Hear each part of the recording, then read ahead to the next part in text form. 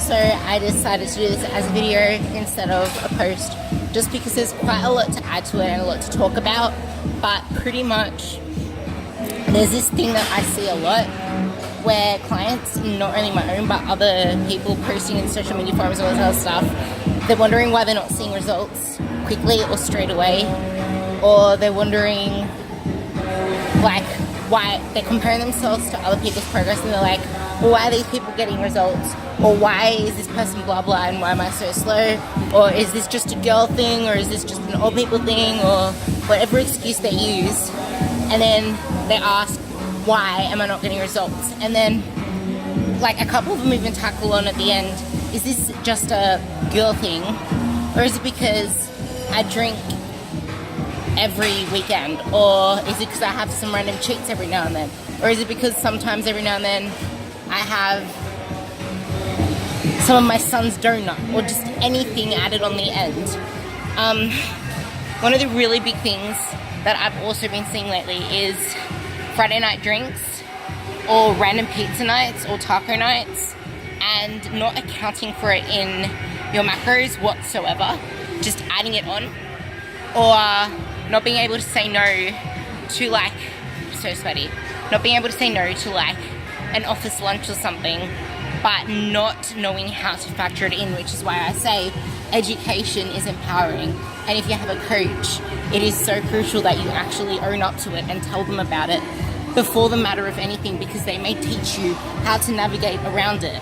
Like, I encourage my girls to tell me about all of these different outings, to tell me when they want to go out. I encourage them to eat out when they have it on their mind. But I get them to ask me about it, to send me the menus, to screenshot the meal plans, so that I can teach them how to fit things in. Because life is meant to be lived. Like, to be empowered, you need to be able to navigate things that happen in life. But unless you're educated around it to know how to do it, you could be like putting in so much hard work during the week, only to go backwards or to stay the same and not see the results you want, and then think there's something wrong with you, throw in the towel, and just completely spiral out of control.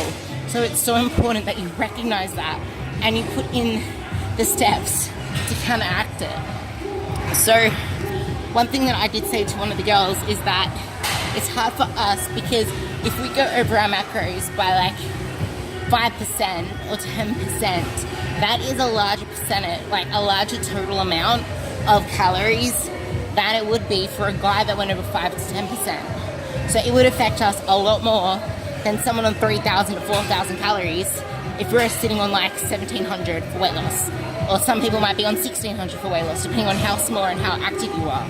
So it's really important to take that into consideration when you're cheating, or when you're questioning why you're not seeing results. Like, there is nothing wrong with staying the same and not seeing the results that you want to see if you recognize it, and recognize that it's your habits, your decisions, your actions that have led to that result, and not blaming it on anyone else but yourself. Don't blame it on your coach, don't blame it on your office workers, don't blame it on your friends. No one forced you to eat it, you chose to eat it. You can easily say no. The more that you let yourself be a pushover, the more you do not have any control of your life, and you will not have control over your results. You're letting other people control you and control your results.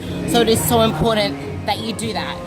And it's even more important that you recognize it and action it, and put in action steps to not do it again the next time. But like I said, there's nothing wrong with it if you recognize it and realize that that's why you're not seeing results, because life is meant to be lived.